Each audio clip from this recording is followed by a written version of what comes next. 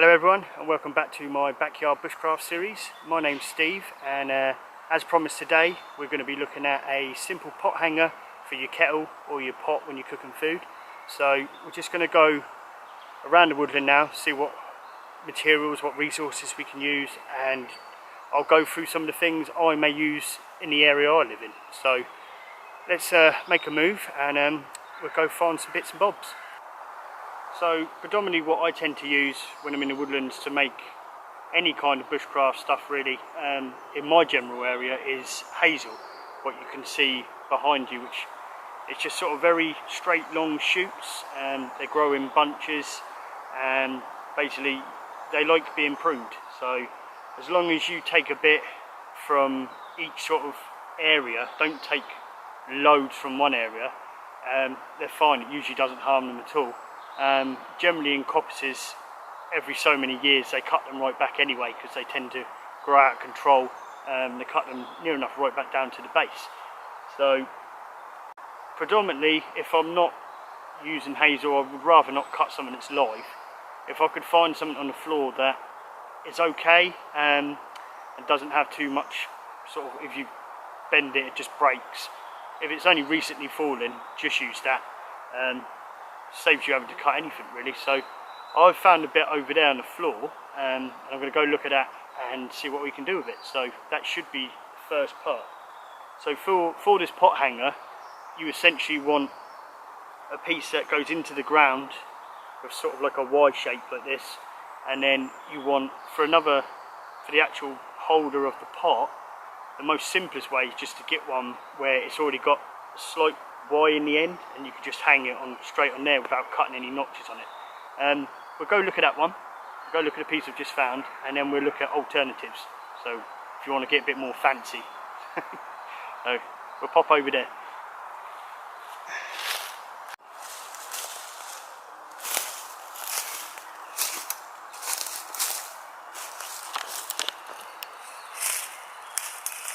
So as you can see, this is a fallen piece. It's just on the ground. When I bend it, it's got a lot of strength to it. It's not going anywhere. So we're going to use that for our first piece, I think. We'll take that over there, cut that up.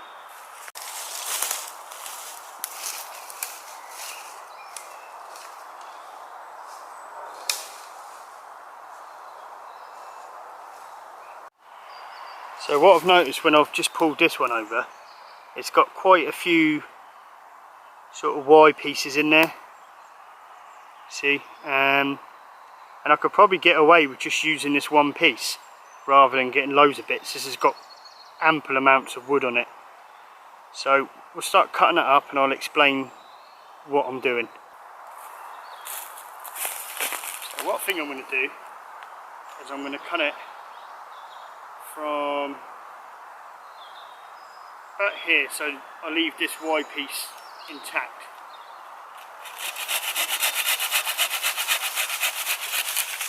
And get rid of that. And then where we've got this Y here, just cut it, I don't know, 3 inches up maybe. Doesn't need to be a lot, just enough to hold the arm. And then again there.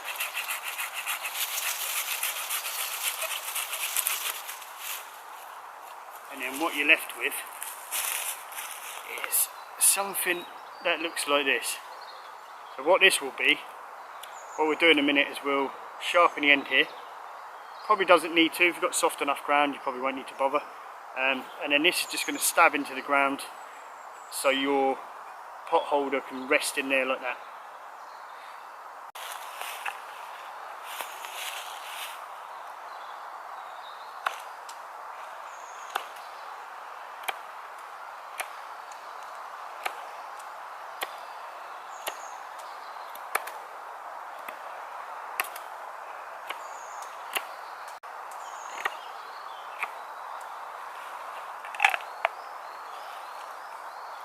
Okay. Not a super spike on there, just enough just to get it in the ground. So, I mean, it doesn't need to be absolutely insane. just enough to squish it in the ground, but like I say, if you've got soft ground, probably don't even need to do that. So let's cut the next bit and then we'll make the pot, because I quite fancy a brew. If anyone watched my, well, it's not up yet, but if anyone up currently, it's up tonight, but you won't see this until then. I went kayaking and yeah, absolutely loved it, but I forgot everything.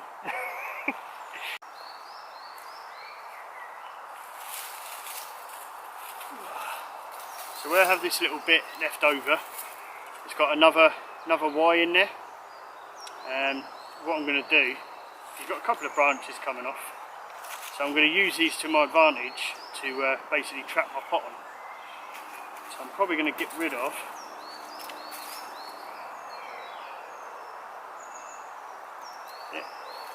this one.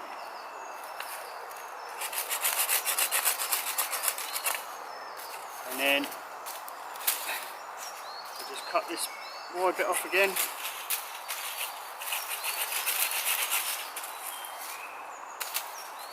And then probably up here somewhere.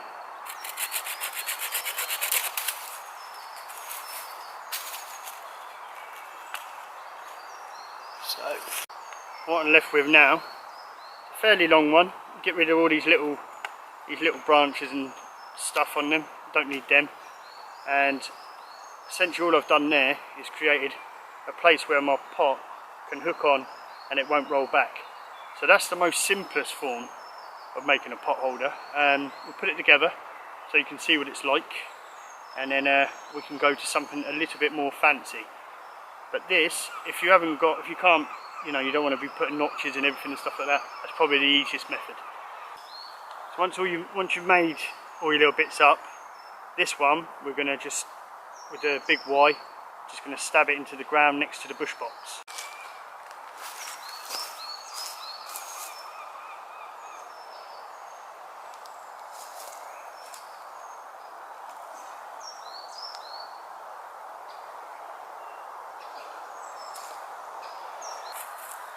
So once you've got this one in there, you want to get your other longer one, and all I've done is I've put another sharp point on the end, and all you do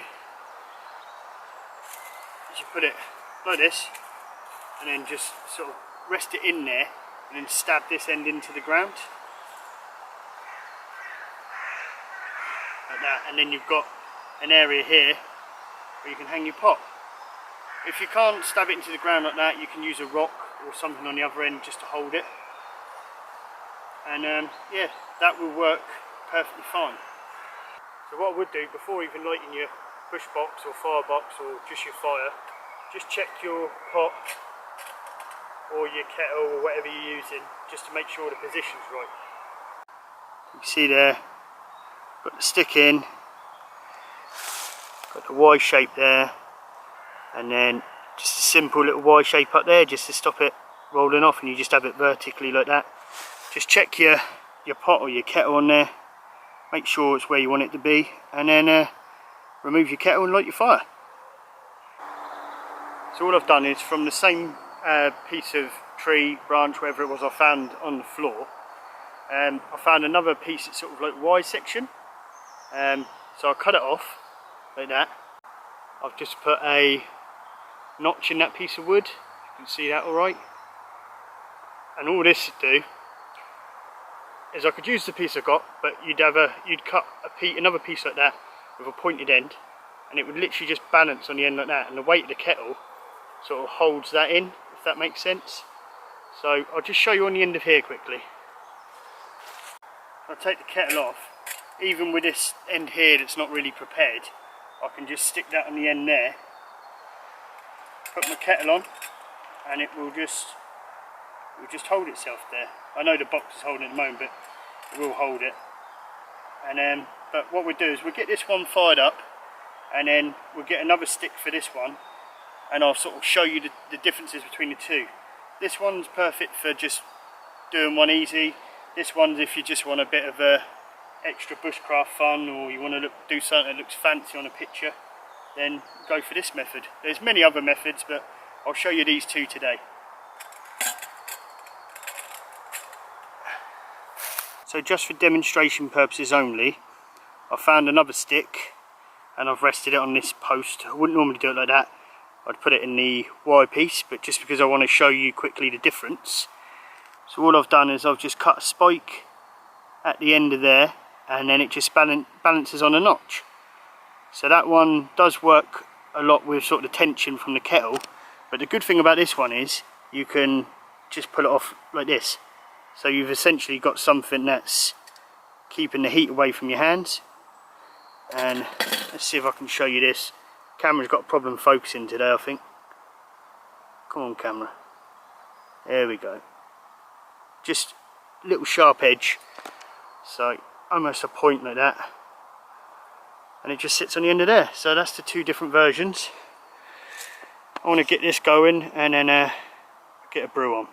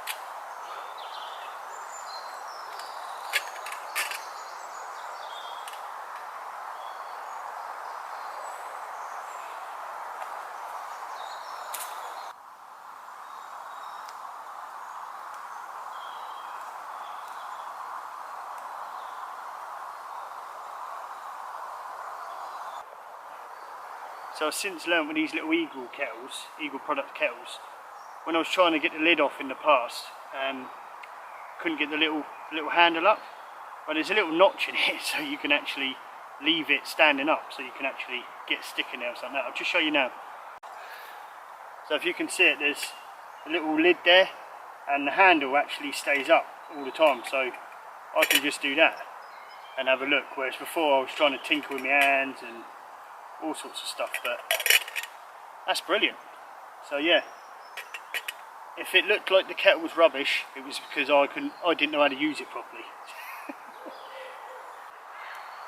So if I was going to use the bush box normally, I probably wouldn't go to the effort of making a pot hanger. I'd probably just stick it on top of the bush box. But something like this, if you're going to have a ground fire, something like this set up is great. Just hang things above it and cook all your food in your pot in there. Wouldn't even be surprised if that's nearly done now. Not far off.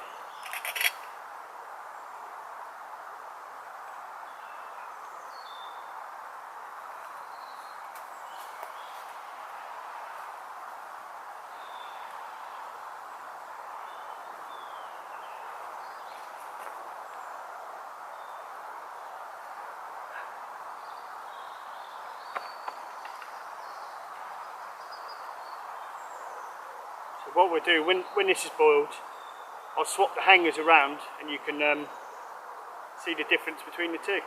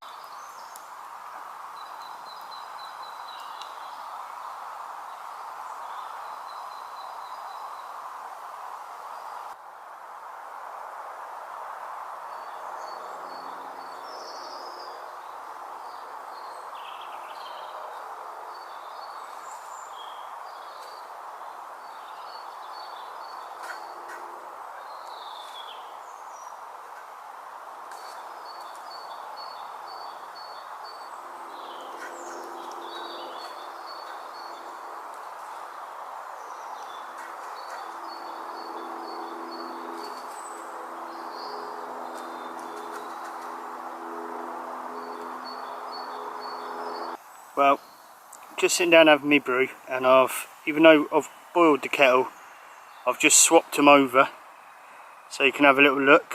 So there's the stick there, comes up to a nice little point and then into the notch, and then you need a little arm like that to come off to allow you to hang it off. The only downside to this one is it is essentially balanced.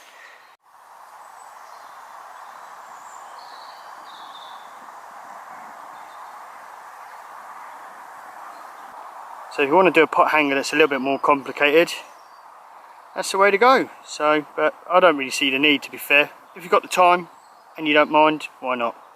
But if you can't be bothered, just do the other one I showed you, or just put it on top of a bush box. So the one major plus I'd say about this one is what I mentioned earlier, is you essentially don't need a glove to take it off. You could just hold this top piece, your pot hanger, grab that, and that's cold. So it's just a case of plodding it back on there. But like I say, it is balanced, so it all works on the weight from the pot. And you know, if you're walking through camp and you accidentally kick it or something like that, or you just get a big gust of wind, I don't know, could blow it off. But this is a very nice way of doing it. I like it, but I wouldn't do it very often. Right, I want to go back to my brew, and then we'll finish up for the day. So hopefully you've found all these these two little pot hangers very useful, and it's one or two you can try out in the woods. So usually I'll just stick it on top of the bush box, but if I was having an open fire, something like this would be absolutely perfect.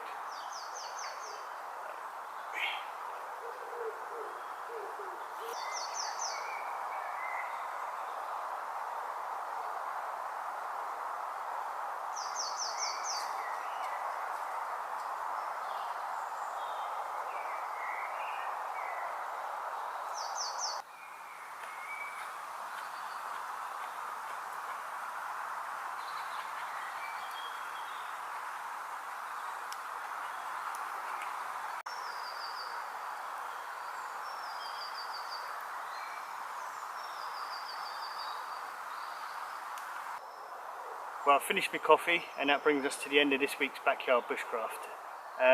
This is number 9 of the series. It's only series 1. Next week we will be doing the last episode of this series, unfortunately.